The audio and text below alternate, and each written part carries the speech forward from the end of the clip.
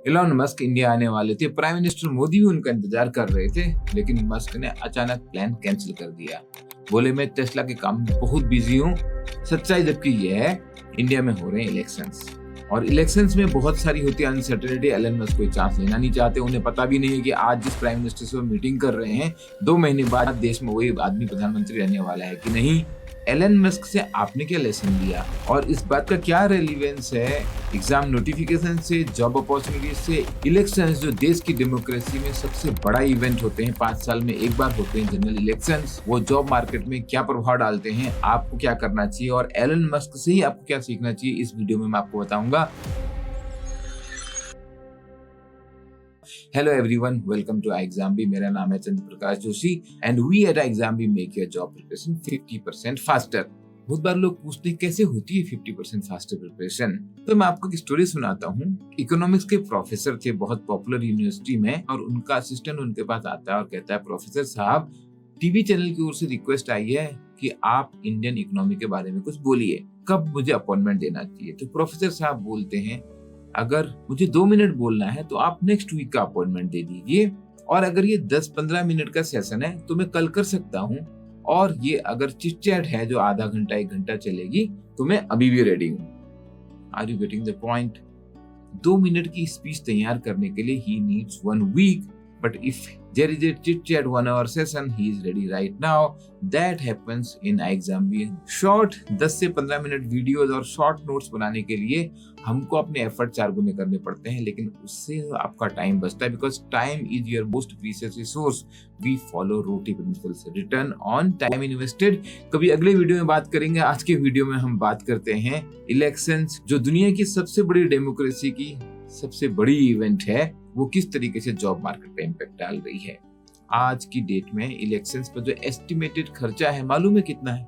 1000 करोड़, 50,000 करोड़, 1 लाख करोड़, 1 लाख करोड़ का एस्टिमेटेड खर्चा है। तो ऑब्वियस सी बात है, इससे टेम्परेरी एम्प्लॉयमेंट भी क्रिएट होगा। अंदाजा है करीब 9 लाख टेम्परेरी जॉब क्रिएट होंगी इससे। वर्क इंडिया के सीईओ नीलेश दुग्गरवाल बताते हैं ऐसा।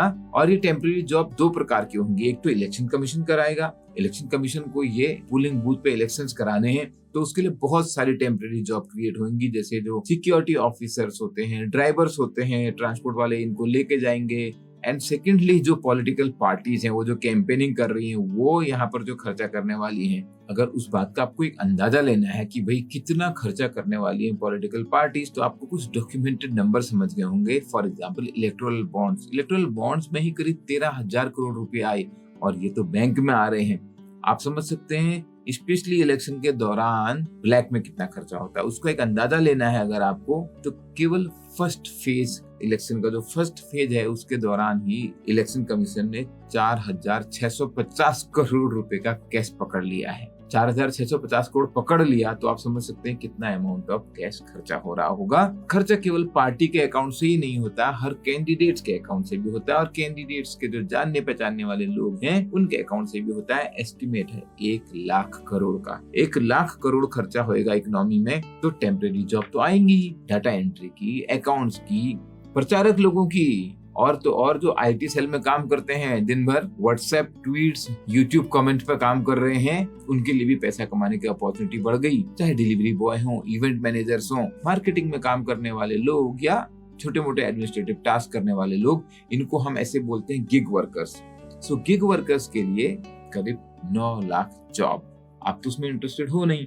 अगर आप ये वीडियो देख रहे हो तो आपका इंटरेस्ट गिग वर्कर बनने में डेफिनेटली नहीं है। लेकिन ये बात मैं आपको क्यों बता रहा हूँ, इलेक्शंस के चलते जो अनसर्टेनिटी होती है, उसके चलते डिसीजंस डिले होते हैं। अनसर्टेनिटी क्या होती है? नेक्स्ट गवर्नमेंट कौन सी आएगी। तो अगर हम मार्केट की बात करें, फाइनेंशियल मार्केट्स की, शेयर मार्केट उसका एक अच्छा बैरोमीटर, अच्छा एक इंडिकेटर है, तो उसमें आपको वॉलेटिलिटी दिखाई देगी। अगर ऐसा लगता है कि स्टेबल गवर्नमेंट आएगी, मार्केट फ्रेंडली गवर्नमेंट आएगी, तो सूचकांक हमारे देश में सेंसेक्स बोल सकते हैं या निफ्टी बोल सकते हैं, ऊपर जाएगा।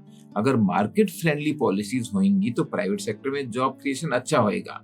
लेकिन अभी कंपनीज को क्या पता कौन सी गवर्नमेंट आएगी, तो कंपनीज अपनी हायरिंग फ्रीज करके बैठी है। ये तो एक फंडामेंटल है। जब कुछ समझ में ना आए तो होल्ड योर कैश, अपने कैश को बचा के रखना है, जरूरत पड़ने के हिसाब से एक्शन लिया जाएगा।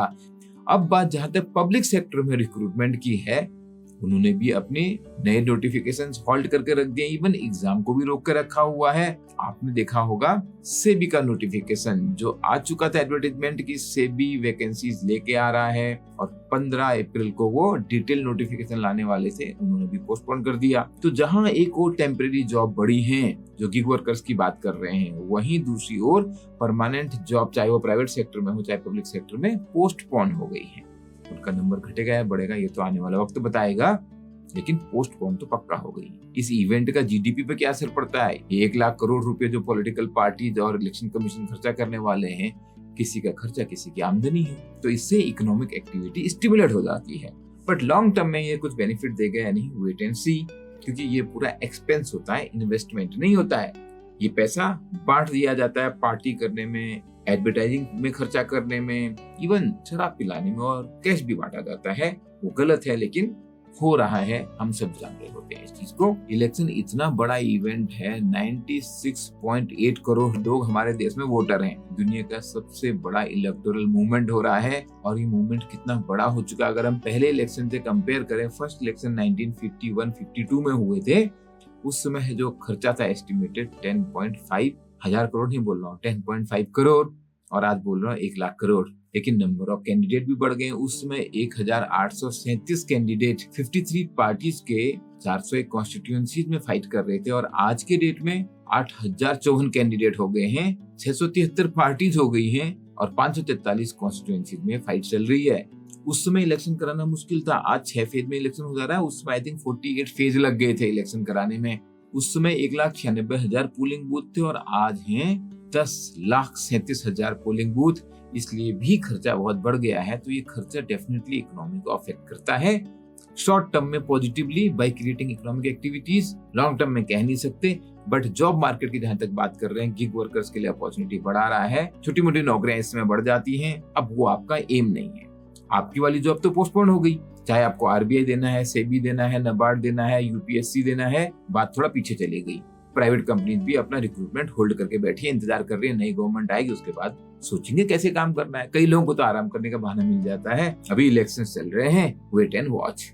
आप भी यही कर रहे हो, आप भी आराम कर रहे हो, आप भी सोच रहे हो एलन मस्क जैसे मैं भी अपनी विजिट को पोस्टपोन कर देता हूँ। बट एलन मस्क नहीं खाली बैठा रहा, उसने क्या करा, टाइम का यूटिलाइजेशन किया, और वो तो पहुंच गया चाइना। ऐसे ही नहीं, वो दुनिया का सबसे सक्सेसफुल बिजनेसमैन है आज की डेट में, क्योंकि अपने वक्त का, अपने एक एक दिन का, एक एक पल का बेस्ट यूटिलाइजेशन करना है। आपको उससे सीखना है। आज आप जान रहे हो एग्जाम पोस्टपोन हो गए हैं, रिक्रूटमेंट पीछे हो गए हैं, what are you doing to prepare yourself? जैसे ही एक साथ सारे एग्जाम आ जाएंगे, उस समय क्या आप तैयार होगे? और अगर बात में सेबी की करूं, पहले से ही बताया हुआ है। आरबीआई के नोटिफिकेशन की बात करूं, डेट मालूम थी, पीछे हो रही हैं, और आईबीपीएस का तो कैलेंडर भी आया हुआ है। बट नहीं, अपने को तो एक्सक्यूज मिल गया एक प्रोक्रास्टिनेशन के लिए। इससे अच्छी अपॉर्चुनिटी क्या हो सकती है? बट करियर बनाने के लिए इससे अच्छी अपॉर्चुनिटी क्या हो सकती है दोस्तों? Centre for monitoring Indian economy CMIE बोलता है कि इस समय 20 से 24 साल के एज ग्रुप में अनएम्प्लॉयमेंट पीक पे पहुंच रहा है 44.49%।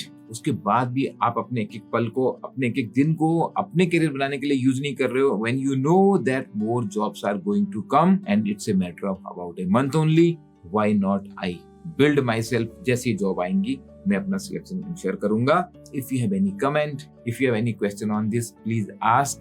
We at iExamB will keep helping you to unfold your potential and make your job preparation 50% faster। और अगर आप मेरी करियर गाइडेंस वर्कशॉप ज्वाइन करना चाहते हैं तो मैंने लिंक दिया है डिस्क्रिप्शन में। वर्कशॉप में हम बात करेंगे how you can identify your job skills, चाहे गवर्नमेंट जॉब हो, चाहे प्राइवेट जॉब हो, चाहे फ्रीलांसिंग या एंटरप्रेन्योरशिप हो, किस तरीके की अपॉर्चुनिटी आपके सामने आ सकती है और किस तरीके की पर्सनैलिटी आपकी है। ये वर्कशॉप आपको अपना पोटेंशियल जानने में हेल्पफुल होगी। Don't forget to subscribe the channel, like and share the video.